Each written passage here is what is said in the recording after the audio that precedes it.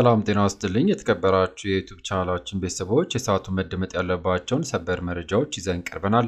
ርዕሰ ጉዳዮችን በማስቀደም ወደ ዝርዝር መረጃዎቹ አልፋለሁ። ወላጆች ፈጣን እርምጃ እንዲወስዱ ተጠየቀ። የኩፍኝ ክትባት ዘመቻ በአዲስ አበባ መጀመሩ ተገልጿል። ዝርዝሩን ይዘናል። በሌላ ዜና በእርግጥ በወተት ውስጥ ምን አለ? ከኢትዮጵያ የምግብ ባለስልጣን የወጣው አስደንጋጭ እውነት ወተትና መሰል ምርቶችን በቆይታ ጊዜያቸውና መጠናቸውን ለመጨመር ሲባል የሬሳ ማድረቂያ ጭምር እንደሚጠቀሙ ተገልጿል። ክቡራን አድማጮች እጅግ መደመጥ ያለበት መረጃ ነው። በሰዓቱ ታደምጣላችሁ። በሌላ ዜና ሪፖርተር በፓርላማ ገብቶ እንዳይዘግብ ከ10 ዓመታት ዘገባ በኋላ በድንገት ታገደ። ምን እየደበቁ ነው? ፓርላማው በአንጋፋው ጋዜጠኛ ላይ ወደ ፓርላማ ገብቶ እንዳይዘግብ እገዳን የጣለው መረጃውን ይዘናል። ከውጭ መረጃ የሩሲያ 367 አውሮፕላኖች ዩክሬንን መቱ። ትራምፕ ምላሽ ሰጡ። የዩክሬኑ ፕሬዝዳንት ቁጣውን አሰምቷል። ዝርዝሩን በመረጃችን ይዘነዋል። ለቻናሉ አዲስ የሆናችሁ ሰብስክራይብ በማስከተል የደወል ምልክቷን በመጫን ቪዲዮን ላይክ በማድረግ በቆይታችን እስከ ቪዲዮ ፍጻሜ አብራችሁኝ እንድትቆዩ በመጋበዝ በቀጥታ ወደ ሰዓቱ ወዲያስኩላችሁ ዝርዝር መረጃዎች አልፋለሁ። አብረን እንከታተለው። ክቡራን አድማጮች እጅግ መደመጥ ካለበት መረጃ ከጥንቃቄ ላስቀድም። በወተትና መሰል ምርቶች የቆይታ ጊዜያቸውና መጠናቸውን ለመጨመር ሲባል የሬሳ ማድረቂያ ጭምር እንደሚጠቀሙ ተገልጿል። በገበያ ላይ የምግብ ምርቶች ከባዕድ ነገሮች ጋር ቀላቅለው ሲሸጡ የተገኙ ነጋዴዎች ተያዙ ሲባል በተደጋጋሚ ይሰማል። በርበሬ ከአፈር ጋር፣ እንጀራ ከሳጋቱራ ጋር፣ ቅቤ ከሙዝ ጋር መቀላቀልም ይጠቀሳሉ። በወተትና መሰል ምርቶች የቆይታ ጊዜያቸውና መጠናቸውን ለመጨመር ሲባል የአስክሬም ማድረቂያ ጭምር እንደሚጠቀሙም ሰምተናል። እነዚህ ምግብ ውስጥ የሚጨመሩ ባዕድ ነገሮች ከፍተኛ የሆነ የጤና ችግር በሰዎች ላይ የሚያስከትሉ እንደሆነ የኢትዮጵያ ምግብና መድኃኒት ባለስልጣን ተናግሯል። በባለስልጣኑ የምግብ ኢንስፔክሽንና ሕግ ማስፈጸም ስራ አስፈጻሚ ሙላቱ ተስፋዬ በየጊዜው ክትትል በማድረግ ባዕድ ነገር የተቀላቀለባቸው ምርቶች ለገበያ በሚያቀርቡት ላይ ሕጋዊ እርምጃ እየወሰድን ነው ብሏል። በአሁን ላይ በገበያው ባዕድ ነገሮች የተቀላቀለባቸው ምርቶች በገበያ መገኘታቸውን ባይቆምም ከነበረበት መጠን ግን የመቀነስ አዝማሚያ እያሳየ እንደሆነም አንስቷል። በተጨማሪም ድርጊቱን ፈጽመው በሚገኙ ነጋዴዎች ላይ የሚወሰዱ እርምጃዎችና የቅጣት መጠን ከፍ ማድረግ እንደሚያስፈልግም ተጠቁሟል። የምግብ ንግድ በቀጥታ ከሰዎች ጤና ጋር ስለሚገናኝ በዚህ ዘርፍ ላይ የተሰማሩ ሰዎች ጥንቃቄ በተሞላበትና በኃላፊነት እንዲሰሩም ጠይቋል። በተጨማሪም ሰዎች ሕገወጥ ነጋዴዎችን በሚመለከቱበት ወቅት ወዲያው ጥቆማ ቢያደርጉ ችግሩን ለመቀነስና በእንዲህ አይነት ተግባር የተሰማሩትን ለሕግ ማቅረብ ይረዳልም ብሏል። ባለስልጣኑ ምግብ ነክና መድኃኒት ምርቶች ላይ ከ2012 እስከ 2016 ዓ.ም ባሉ ጊዜያት ውስጥ 14171 የምርመራና ፍተሻ ወይም ደግሞ ኢንስፔክሽን ስራዎች መሰራቱንም ተናግሯል። በዚህም በአጠቃላይ 3155ቱ ላይ አስተዳደራዊ እርምጃዎች እንደተወሰደባቸው ባለስልጣኑ ይፋ ካደረገው ሪፖርት ላይ ተመላክተናል። ከነዚህም ውስጥ 1285ቱ የተሰረዙ፣ 751ዱ እገዳ የተጣለባቸው፣ 978ቱ የጽሑፍ ማስጠንቀቂያ የተሰጣቸው እንዲሁም 152ቱ ሌሎች እርምጃዎች የተወሰደባቸው ናቸውም ተብሏል። በሕገወጥ መንገድ ሲሰሩ ከተገኙ መካከልም 1011ዱ ወይንም ከጠቅላላው 78.7 በመቶ የሚሆኑት የወንጀል ባህሪ ያላቸው ግኝቶች እንደሆኑ የወንጀል ክስ የተመሰረተባቸው ናቸውም ተብሏል። የምግብና መድኃኒት ባለስልጣን ከነዚህ ወንጀል መዝገቦች ውስጥ ተከራክሬ ውሳኔ እንዲሰጥባቸው አድርጌያለሁ ሲልም ገልጿል። 416 መዝገቦች ደግሞ ነጋዴዎች ለክስ ሲፈለጉ በመጥፋታቸው በቂ ምስክር ባለመቅረቡና በመሰል ችግሮች እንደተቋረጡ መደረጋቸውም ተገልጿል። ዘገባው የሸገር ኤፍኤም ነው። በሌላ ዜና በመዲናዋ የተቀናጀ የኩፍኝ በሽታ መከላከያ ክትባት ዘመቻ ተጀመረ። በአዲስ አበባ ከተማ 628463 ሕፃናት ተደራሽ ለማድረግ ያለመ የተቀናጀ የኩፍኝ በሽታ መከላከያ ክትባት ዘመቻ መሰጠት መጀመሩ ተገልጿል። ለ10 ቀናት በሚቆየው በዚህ ዘመቻ ዕድሜያቸው ከ9 እስከ 5 ዓመት ለሆኑ ሕፃናት እንደሚሰጥ እና ለዚህም 314 የክትባት ቡድኖች ተዋቅረው ሥራ መጀመራቸውን የአዲስ አበባ ከተማ ጤና ቢሮ ኃላፊ ዶክተር ዮሐንስ ጫላ ተናግረዋል። ዘመቻው በ96 የጤና ጣቢያዎችና 1536 ጊዜያዊ የክትባት መስጫ ጣቢያዎች እንደሚሰጥ ጠቁመው ወላጆችና አሳዳጊዎች ልጆቻቸውን እንዲያስከትቡም ጥሪ አቅርበዋል። ሕፃናቱ ከዚህ በፊት በመደበኛም ሆነ በዘመቻ ቢከተቡም ባይከተቡም አሁን መስጠት የጀመርነው ማጠናከሪያ ክትባት መውሰድ እንዳለባቸውም አሳስበዋል።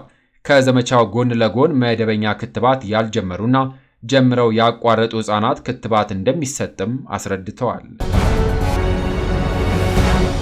በሌላ ዜና ሪፖርተር ጋዜጣ በፓርላማ ገብቶ እንዳይዘግብ መከልከሉን አስታወቀ። ላለፉት 30 ዓመታት በሕዝብ ተወካዮች ምክር ቤት ወይም ደግሞ ፓርላማ ተገኝቶ ዘገባዎችን ሲሰራ የቆየው ሪፖርተር ጋዜጣ ፓርላማ ገብቶ እንዳይዘግብ መከልከሉን አስታውቋል።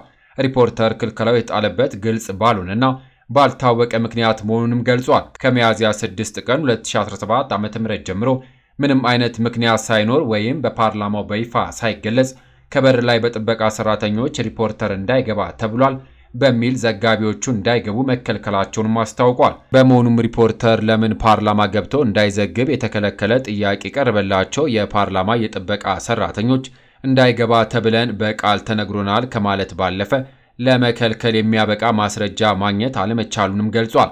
ጋዜጣው ለፓርላማው ጽህፈት ቤት ኃላፊ ዶክተር ምስራቅ መኮንን ለምን ሪፖርተር ፓርላማ እንዳይገባ እንደተከለከለ ጠይቆ እኔ አልከለከልኩም፣ በህመም ምክንያት ቢሮ አልገባሁም፣ እንደገባው አሳውቃቸዋለሁ ማለታቸውን ከገቡም በኋላ ምላሽ አለመስጠታቸው ተገልጿል። የሪፖርተር ዘጋቢዎች እንዳይገቡ የቃል ትዕዛዝ የሰጡት የፓርላማ ጽህፈት ቤት ምክትል ኃላፊ ዶክተር ንጉሴ መሸሻ መሆናቸው በመነገሩ ለእሳቸው ሪፖርተር ተመሳሳይ ጥያቄን አቅርቦ ነበር። በአጭር የጽሑፍ መልእክት እኔ ያገድኩትም ሆነ የከለከልኩት ነገር የለም በማለት ምላሽን ሰጥቷልም ብሏል። ፓርላማው በይፋ እግድ እንደጣለ ወይም ትዕዛዝ እንደሰጠ ሳያስታውቅ ክልከላ መደረጉ ከሕግም ሆነ ከሞራል አንጻር ተገቢ አለመሆኑን የገለጸው ሪፖርተር የሚመለከታቸው የመንግስት አካላት ሕግ አውጪ፣ ሕግ ተርጓሚና ሕግ አስፈጻሚ መፍትሄ እንዲሰጡ በመጠበቅ ላይ መሆኑንም ገልጿል።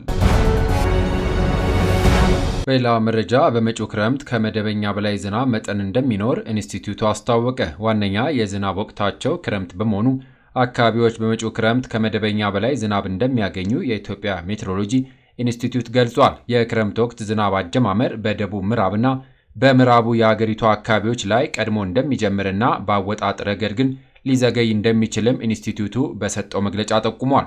ህብረተሰቡ በሚቀጥለው የክረምት ወቅት የሚጠበቀውን የአየር ጠባይ ትንበያ ከግንዛቤ በማስገባት የግብርና እንቅስቃሴና ሌሎች ማህበራዊና ኢኮኖሚያዊ ስራዎች እንዲያከናውንም አሳስቧል። በሌላ በኩል አልፎ አልፎ ከሚኖረው ተደጋጋሚነት ያለው ከባድ ዝናብ ጋር ተያይዞ ለጎርፍ ተጋላጭ በሆኑ ረባዳማ ቦታዎች፣ የወንዞች ዳርቻዎችና በከተሞች አካባቢ በማህበራዊ ኢኮኖሚያዊ እንቅስቃሴ ስራዎች ላይ ሊያደርስ የሚችለው አሉታዊ ተጽዕኖ ለመቀነስ እንዲያስችል አስፈላጊው የጥንቃቄ ሥራ ከወዲሁ በቅንጅት መከናወን እንዳለበትም ማሳሰቢያ ተሰጥቷል። በሰሜን ምስራቅና በደቡብ ምዕራብ የሚኖር ከፍተኛ ዝናብ በማሳ ላይ ውሃ መተኛት የሚያስከትል በመሆኑ ለወባ ትንኝ መራባት ምቹ ሁኔታንም ይፈጥራል። ስለዚህም የውሃ ማፋሰሻ ቦዮችን በማጽዳት ቅድመ ጥንቃቄ ይደረግም ተብሏል። በሀገሪቱ በየሰዓቱ ያለውን የአየር ጸባይ የተመለከቱ መረጃዎችን የሚሰጡ ከ1600 በላይ በሰው ኃይል የተደገፈ የሜትሮሎጂ ጣቢያዎች መኖራቸውን የኢንስቲትዩቱ ምክትል ዋና ዳይሬክተር ዶክተር አሳምነው ተሾመ መግለጻቸውን ከፕሬስ ድርጅት ያገኘነው መረጃ ያሳያል። ኢትዮጵያ አስተማማኝ የአየር ትንበያዎች ለማካሄድ በአርቲፊሻል ኢንተለጀንስ የተደገፈ ሜትሮሎጂ መሠረተ ልማቶች እያሟላች ነው ሲሉ ኃላፊው መናገራቸው መረጃው አካቷል። ክቡራን አድማጮች፣ በመጨረሻም ከሀገር ውስጥ መረጃ መለስ ስንል ከውጭ ወዲያ ያስኩላችሁ አልፋለሁ። ሩሲያ በዩክሬን ላይ ከፍተኛ ጥቃት መሰንዘሯን ተከትሎ ትራምፕ ፑቲንን እብድ ነው ሲሉ ተናገሩ። የዩናይትድ ስቴትስ ፕሬዚዳንት ዶናልድ ትራምፕ ሞስኮ በዩክሬን ላይ ያደረሰችውን ከባድ የአየር ላይ ጥቃት ተከትሎ በሩሲያ አቻቸው ቭላድሚር ፑቲን ደስተኛ እንዳልሆኑም ተናግረዋል። ትራምፕ ባልተለመደ ተግዛዝ ምነካው ብዙ ሰዎችን እየገደለ ነው ያሉ ሲሆን አክለውም ፑቲንን ፍጹም እብድ ነው ሲሉም ተደምጧል።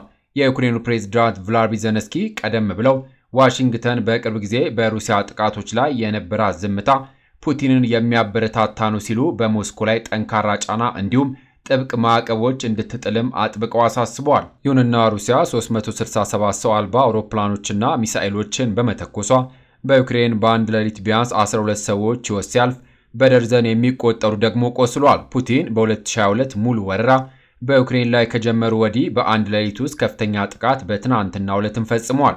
የአየር ሳይረን ማስጠንቀቂያ፣ የሰው አልባ አውሮፕላኖችና ሚሳኤሎች ጥቃት ሲፈጸም በበርካታ ዩክሬን ክልሎች ተሰምተዋል። በሰሜን ምስራቅ ካርኪቭ ከተማ አንድ ሕፃንን ጨምሮ ቢያንስ 3 ሰዎች ቆስለዋል ሲሉ ከንቲባ ኢጆር ቴራኮቭ ተናግሯል። እሁድ ለታ በኒው ጀርሲ ለጋዜጠኞች ትራምፕ ስለ ፑቲን ሲናገሩ ለረጅም ጊዜ አውቀዋለሁ፣ ሁልጊዜም ከእርሱ ጋር ተስማምቼ ነበር፣ ግን እሱ ሮኬቶችን ወደ ከተማዎች በመላክ ሰዎችን እየገደለ ነው፣ በጭራሽ አልወደውም ብለዋል። ትራምፕ አሜሪካ በሩሲያ ላይ የምትጥለውን ማዕቀብ ለመጨመር እያሰቡ እንደሆነ ተጠይቀው ሲመልሱ በፍጹም ብለዋል። የዩናይትድ ስቴትስ ፕሬዝዳንት ከዚህ በፊት ደጋግመው ይዝቱ ነበር፣ ነገር ግን በሞስኮ ላይ ምንም አይነት ገደቦችን ተግባራዊ ለማድረግ ገና ነው ሲሉም ተናግሯል። ብዙም ሳይቆዩ ትራምፕ በትሩዝ ሶሻል ሚዲያ ባሰፈሩት መልእክት ፑቲን በፍጹም አብዷል ሲሉም ጽፈዋል። ሁልጊዜ የዩክሬን እንደሚፈልግ ተናግሬያለሁ፣ ቁርጥራጭ ግዛቶች ብቻ አይደለም እና ምናልባት የትክክል ሊሆን ይችላል፣ ነገር ግን ይህንን ካደረገ ወደ ሩሲያ ውድቀት ይመራል ሲሉም ተደምጠዋል።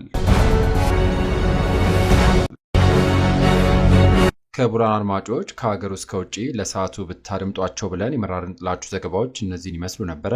ከሰዓታት በኋላ በሌሎች በአዳዲስ ዘገባዎች እስከምንገናኝ ለሌሎች ለአዲስ መረጃዎች ተጨማሪ ትሩዝ ኢትዮጵያ ሶሻል ሚዲያን ሰብስክራይብ በማድረግ ቤተሰብ እንድትሆኑ ጋብዞታለሁ።